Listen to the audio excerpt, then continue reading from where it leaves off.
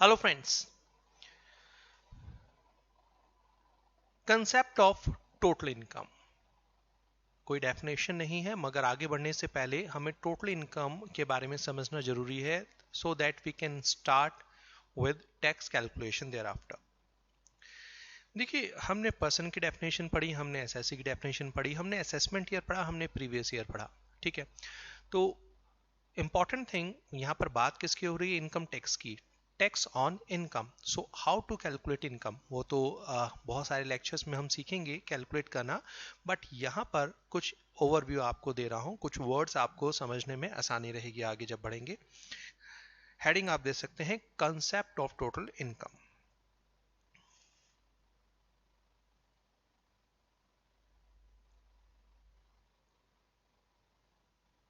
Concept of total income. चलिए, under income tax act income को 5 category में divide किया गया है। देखिए, फाइनेंशियल अकाउंटिंग में आप क्या करते हैं, एक पीएनएल अकाउंट बनता है। ठीक है, debit all expenses and losses, credit all income and gains and profits. जितना भी पैसा प्रॉफिट का है, जितनी भी आपकी इनकम एंड गेन्स हैं वो क्रेडिट में रखिए, जितने भी एक्सपेंसेस लॉसेस उनको डेबिट में रखिए। फाइनली आपका या तो प्रॉफिट निकलेगा, लॉस निकलेगा। अब एक बार प्रॉफिट एंड लॉस अकाउंट का क्रेडिट साइड को एक बार माइंड में एक बार पिक्चर क्रिएट कीजिए। क्या आता था? ट्रेडिंग एंड पीएनएल अकाउंट को अगर मिक्स करते हैं, क्या आती थी? सेल्स आती थी, क्लोजिंग स्टॉक आता था, परचेज रिटर्न आता था। ठीक है, ये मैंने एंट्री होती थी जो ट्रेडिंग में थी। उसके बाद अगर हम जाते थे प्रॉफिट एंड लॉस अकाउंट में, तो जो प्रॉफिट का बैलेंस है वो आ जाता था आपके पास। मगर उसमें फिर जो आप ऐड करना शुरू करते थे, क्या? Income from sale of asset received, income from sale of goodwill, ठीक है, रेंट रिसीव्ड, डिविडेंड रिसीव्ड, मतलब किसी भी तरह की इनकम है वो सारी क्रेडिट लिखी होती थी। हम उसी प्रॉफिट एंड लॉस अकाउंट के बैलेंस पर टैक्स निकालना सीखेंगे, मगर यहाँ पर इंपॉर्टेंट चीज़ है, मैंने पहले भी आपको कहा था बेटा, जहाँ पर आपकी अकाउंटिंग कंप्लीट होती है वहां से हमारी टैक्स कैलकुलेशन शुरू होती है।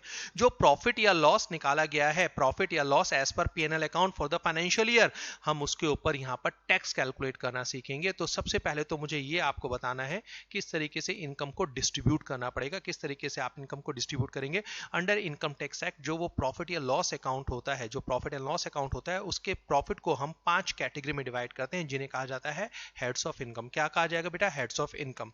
तो अंडर इनकम टैक्स एक्ट हम पहले इनकम को डिवाइड करते हैं 5 टुकड़ों में। मतलब कितना भी बढ़िया प्रॉफिट एंड लॉस अकाउंट क्यों ना बना हुआ हो, ठीक है, कितनी भी छोटी या बड़ी इनकम क्यों ना हो, जब हम उस प्रॉफिट एंड लॉस अकाउंट को इनकम टैक्स एक्ट के अकॉर्डिंगली एनालाइज करते हैं, तो हम अपनी इनकम को 5 कैटेगरी में डिवाइड करते हैं, जिन्हें कहा जाता है हेड्स ऑफ इनकम। तो मतलब पहला काम होता है इनकम को तोड़ने का, मतलब प्रॉफिट एंड लॉस अकाउंट को तोड़ने का। तो फर्स्ट हेड हमारे पास होता है सैलरी, इनकम फ्रॉम सैलरी। तो अगर कोई व्यक्ति जॉब करता है तो जॉब से मिलने वाला पैसा सैलरी कहलाता है। तो किस तरीके से सैलरी कैलकुलेट की जाती है ये हम सीखेंगे income under the head salary में। ठीक है, सेकेंड हेड ऑफ इनकम होता है income from house property, income from house property. Rental income की बात करते हैं। अगर आपके पास एक मकान है जो आपने किराए पर दिया हुआ है, तो उससे आने वाली रेंटल इनकम, या अगर आपके पास एक मकान है जिसमें आप खुद रहते हैं, ठीक है, किस तरीके से इनकम कैलकुलेट की जाएगी? अब मैंने दो स्टेटमेंट यूज की है। रेंटल इनकम तो समझ आता है कि मेरे पास एक मकान है, मैंने मकान किराए पर दिया, किराया मिलेगा, वो मेरी इनकम है। बट अगर मेरे पास अपना मकान है और उस मकान में रहता हूं, तो उस पर भी यस बेटा नोशनल इनकम की कैलकुलेशन होती है। बट इन जनरल वहां पर नेगेटिव इनकम ही निकलेगी, टैक्स का बेनिफिट आपको मिलेगा। बट स्टिल अगर आपके पास एक मकान है, चाहे आप उस मकान में रहते हैं या आपने वो मकान किराए पर दिया हुआ है, तो इससे होने वाली इनकम को हम कहते हैं इनकम फ्रॉम हाउस प्रॉपर्टी। इसकी शॉर्ट फॉर्म होती है आईएफएचपी। ठीक है, ये होता है second head of the income. मतलब यहां पर पूरी तरीके से कैलकुलेशन हम करना सीखेंगे। जो इनकम टैक्स की कैलकुलेशन ध्यान रखिएगा बिल्कुल अलग है जो आप फाइनेंशियल अकाउंटिंग में सीखते हैं। Third, profits and gains from business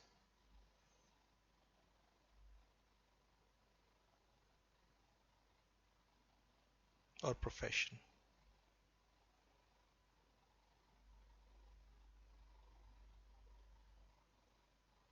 profit और गेन्स फ्रॉम बिजनेस और प्रोफेशन, इसको शॉर्ट होता है पीजीपीपी, प्रॉफिट, ठीक है, पीजीपीपी बेटा। तो अगर आप बिजनेस कर रहे हैं, अगर एक इंडिविजुअल बिजनेस कर रहा है तो बिजनेस की इनकम की कैलकुलेशन करना, तो प्रैक्टिकली देखें तो हम क्या करेंगे, प्रॉफिट एंड लॉस अकाउंट में से बहुत सारी चीजें निकाल देंगे, केवल उसमें बिजनेस से related he income and expenditure को छोड़ देंगे, और इसे कहा जाता है under income tax act PGBP, profit and gains from business और प्रोफेशन। आपके लिए सबसे लेंथी टॉपिक है अंडर इनकम टैक्स एक्ट, सबसे ज्यादा टाइम यहीं पर लगने वाला है, ठीक है। फोर्थ हमारे पास होता है बच्चे कैपिटल गेन्स। एसेट की सेल पर होने वाला प्रॉफिट, एसेट जो आप सेल करते हैं, देखें ना प्रॉफिट एंड लॉस अकाउंट के क्रेडिट में एंट्री होती है profit on sale of building, या डेबिट में होती है loss on sale of investment, realisation of investment. तो अंडर इनकम टैक्स एक्ट इसे कहा जाता है कैपिटल गेन्स। दो तरह के कैपिटल गेन होते हैं, short term capital gain and long term capital gain, ठीक है। ये भी एक अच्छा लंबी टॉपिक है और ये जरूर करना है क्योंकि हर साल इसमें कुछ ना कुछ चेंजेस रहते हैं। सैलरी में जनरली चेंज नहीं होता है, ठीक है। हाउस प्रॉपर्टी में चेंजेस होते हैं, समटाइम नहीं होते, मगर कैपिटल गेन एक ऐसा चैप्टर है जिसमें इंडेक्सेशन के कारण हर साल कैलकुलेशन चेंज हो जाती है, ठीक है। तो कभी भी पुरानी बुक्स को रेफर मत कीजिएगा, फंस जाओगे इंडेक्सेशन के कारण। And last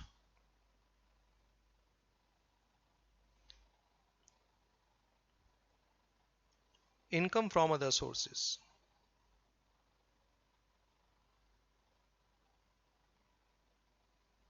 income from other sources बेटा, अगर एक इनकम टैक्सेबल है मगर पहले चार हेड में कवर नहीं होती है, अगर एक इनकम टैक्सेबल है मगर पहले चार हेड में कवर नहीं होती है, तो उसको हम लास्ट हेड, जिसको रेजिडरी हेड ऑफ इनकम भी कहा जाता है, यहां पर लाकर टैक्सेबल कर देते हैं। इसे कहते हैं income from other sources, IFOS,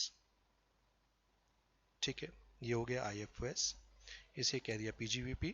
और जो second head of the income होता है ये हमारे पास होता है income from house property, IFHP, ठीक है जी। ये शॉर्ट फॉर्म्स होती हैं, सैलरी बड़ा छोटा सा है और कैपिटल गेन CG हो गया। जब हम इन पांच इनकम का टोटल करते हैं, देखिए पहले क्या करना है, प्रॉफिट एंड लॉस अकाउंट को तोड़ना है पांच टुकड़ों में, इन्हें कहते हैं हेड्स ऑफ इनकम। क्या कहेंगे, heads of income, heads of income. Sequence याद रखिएगा, तो how many heads we have under income tax act, पांच हेड होते हैं। तो under income tax act income को पांच कैटेगरी में डिवाइड किया जाता है, जिन्हें कहा जाता है हेड्स ऑफ इनकम। नाम क्या है सीक्वेंस में, salary, house property, PGP, capital gain and income from other sources. Salary, house property, PGP, capital gain, income from other sources. Sequence salary चलेगा, ठीक है, पूरा याद करने की जरूरत नहीं, ओके। सैलरी, दूसरा हाउस प्रॉपर्टी, तीसरा PGP, fourth capital gain, last other sources. ये पांच हेड हमारे पास होते हैं। इन पांच हेड में हम इंडिविजुअल कैलकुलेशन करते हैं। सैलरी की कैलकुलेशन अलग होती है, अलग अलग सेक्शन हमारे पास है। हाउस प्रॉपर्टी की सेक्शन अलग प्रोविजन हमारे पास है। PGP की कैलकुलेशन अलग होगी। कैपिटल गेन बहुत डिफरेंट होता है नॉर्मल कैलकुलेशन से। And income from other sources, ये पांच हेड में अलग अलग कैलकुलेशन करते हैं। फिर अलग अलग जो इनकम आती है उसको एक बार दोबारा जोड़ दिया जाता है। तो पहले प्रॉफिट एंड लॉस अकाउंट को तोड़ा पांच टुकड़ों में, फिर पांच पार्ट में जो इनकम आए उसको एक बार दोबारा जोड़ देते हैं बेटा। ये जो जोड़ा जाता है इसे कहा जाता है ग्रॉस टोटल इनकम। इसे क्या कहा जाता है, ग्रॉस टोटल इनकम, ठीक है। इस ग्रॉस टोटल इनकम में, इस ग्रॉस टोटल इनकम में माइनस करेंगे deductions under section 80C to 80U, ठीक है। ये भी एक तरीके से टैक्स बेनिफिट है। देखिए टैक्स बेनिफिट आपका कुछ होता है जो टैक्स में से माइनस होता है, कुछ टैक्स बेनिफिट जहां पर इनकम ही माइनस कर दी जाती है। अंडर इनकम टैक्स एक्ट दो तरह के टैक्स बेनिफिट मिलते हैं इनकम में, एक होता है एग्जम्पशन और एक होती है डिडक्शन। एग्जाम्प्ट मतलब टैक्स फ्री इनकम, जैसे एग्रीकल्चर इनकम, ठीक है। एग्रीकल्चर इनकम बेस्ट एग्जांपल है, 10 लाख रुपए तक का डिविडेंड। ये क्या होती है, एग्जाम्प्टेड इनकम। एग्जाम्प्टेड इनकम मतलब जो टैक्स फ्री इनकम है। तो समझिएगा जो इनकम टैक्स फ्री होती है बेटा, वो हम कवर ही नहीं करते हैं, वो हेड्स ऑफ इनकम में शामिल ही नहीं होती है। तो जो एग्रीकल्चर इनकम है वो पांच हेड में कहीं नजर ही नहीं आएगी। जो डिविडेंड होता है 10 लाख रुपए तक का, वो टैक्स फ्री होता है। तो अगर इनकम 10 लाख से ज्यादा है तो जो एक्स्ट्रा डिविडेंड है ओवर 10 लाख, वो इनकम फ्रॉम अदर सोर्सेज कहलाएगा। तो अगर किसी व्यक्ति ने डिविडेंड रिसीव किया है 12 लाख रुपए का, तो 10 लाख रुपए क्या हो गया, ठीक है, जो 10 लाख रुपए का डिविडेंड है वो हो जाएगा टैक्स फ्री, और जो 10 लाख रुपए का ऊपर का डिविडेंड है वो हो जाएगा टैक्सेबल। तो याद रखिएगा एग्जेम्प्ट इनकम मतलब टैक्स फ्री इनकम, मतलब ऐसी इनकम जो टोटल इनकम में शामिल ही नहीं होती। क्लियर। दूसरी होती है डिडक्शन। डिडक्शन मतलब इनकम का वो पार्ट जो सब्सिक्वेंटली माइनस कर दिया जाएगा। ये डिडक्शन किस बेसिस पर मिलती है, ये जो डिडक्शन मिल सकती हैं, ये डिडक्शन मिल सकती हैं on the basis of investment. Government investment करवाना चाहती है, गवर्नमेंट चाहती है कि आप अपना पैसा फिक्स डिपॉजिट में रखें, गवर्नमेंट चाहती है कि आप इंश्योरेंस पॉलिसी लें, गवर्नमेंट चाहती है कि आप पीपीएफ में पैसा डालें, गवर्नमेंट चाहती है कि आप अपने लिए एनएससी परचेज करें, ठीक है, गवर्नमेंट चाहती है आप अपने बच्चों की एजुकेशन पर, एक व्यक्ति अपने बच्चों की एजुकेशन पर खर्चा करे, तो ये जो इन्वेस्टमेंट है इस पर टैक्स बेनिफिट मिलता है, ठीक है।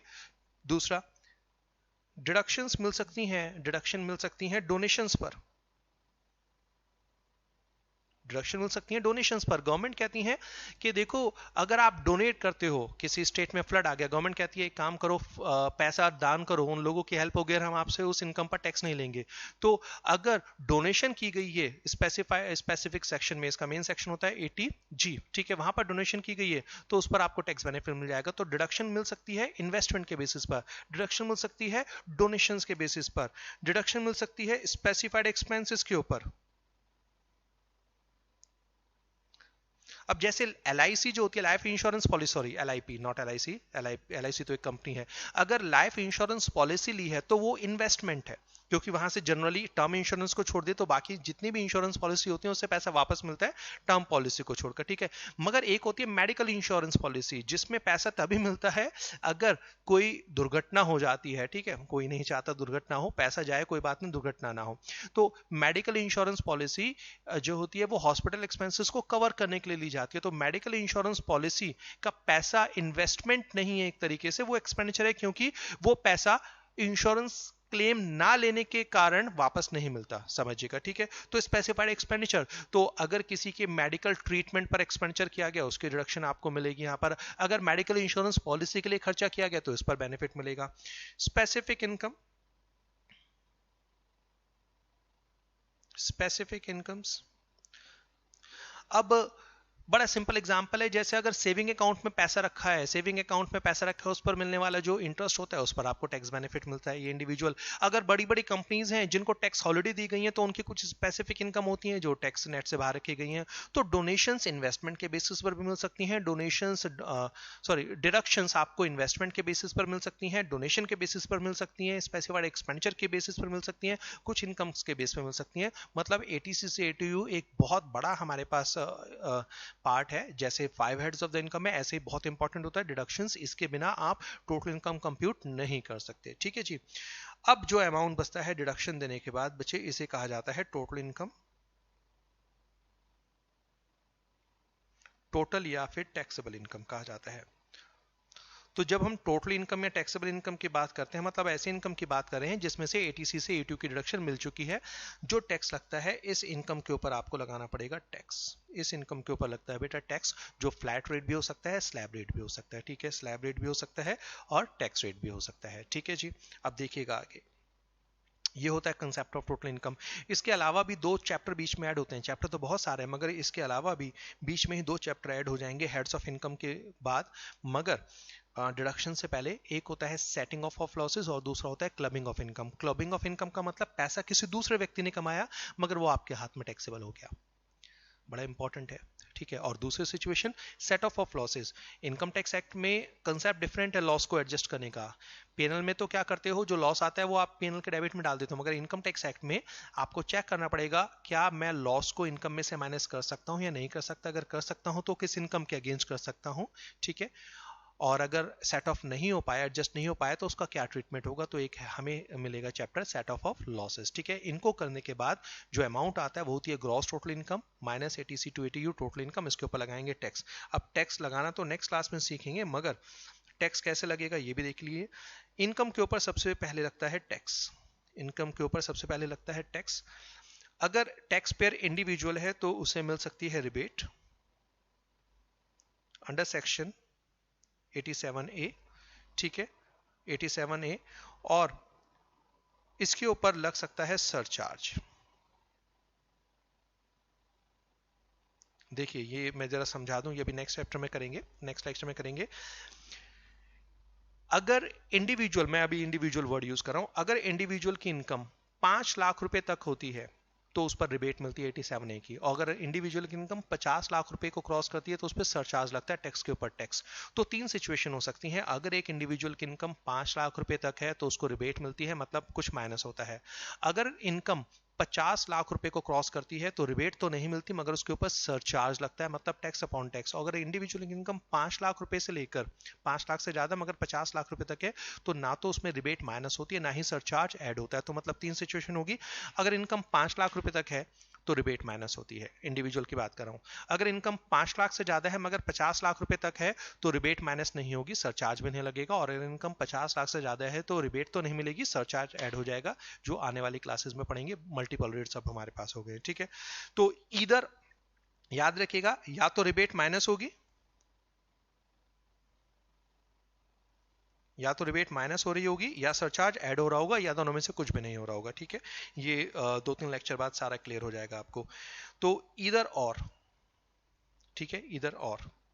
अब जो अमाउंट बचेगा इस अमाउंट पर आप लगाएंगे हेल्थ एंड एजुकेशन सेस, जिसका रेट होता है 4%, ठीक है। रिबेट और सरचार्ज का रेट नहीं बता रहा हूं क्योंकि रिबेट का रेट नहीं अमाउंट होता है और सरचार्ज में अब हमारे पास मल्टीपल रेट्स हो गए हैं, ठीक है। तो आने वाले क्लासेस में तो सबसे पहले आपको क्या करना है, इनकम कैलकुलेट करनी है।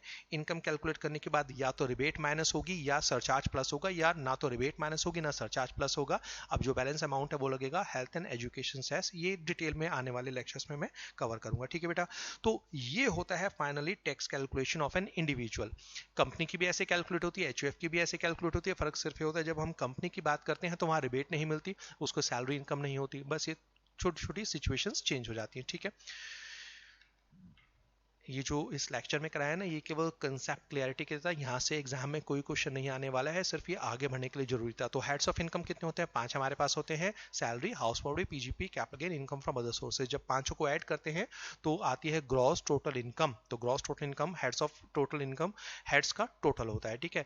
ग्रॉस टोटल इनकम में से माइनस करते हैं एटीसी से एटीयू की डिडक्शंस, बैलेंस होता है टोटल या टैक्सेबल इनकम। तो टोटल इनकम बोलूं या टैक्सेबल इनकम बोलूं, it is one and same thing, याद रखिएगा, बराबर, ठीक है। अब जो इनकम आती है उसके ऊपर लगता है टैक्स। ये टैक्स स्लैब रेट के अकॉर्डिंगली भी हो सकता है, फ्लैट रेट के अकॉर्डिंगली भी हो सकता है। टैक्स के ऊपर रिबेट माइनस हो सकती है या सरचार्ज प्लस हो सकता है, ठीक है। रिबेट माइनस हो सकती है मैं कह रहा हूं, ठीक है, या सरचार्ज प्लस हो सकता है, ठीक है। रिबेट माइनस करने के बाद या सरचार्ज प्लस करने के बाद जो अमाउंट बचता है उसके ऊपर लगाना ही पड़ेगा हेल्थ एंड एजुकेशन सेस, जिसका रेट होता है 4%, ठीक है। तो नेक्स्ट लेक्चर से मैं आपके साथ स्टार्ट करने वाला हूं किस तरीके से टैक्स कैलकुलेट करते हैं। मिलते हैं बहुत जल्दी। Till then keep learning, all the best.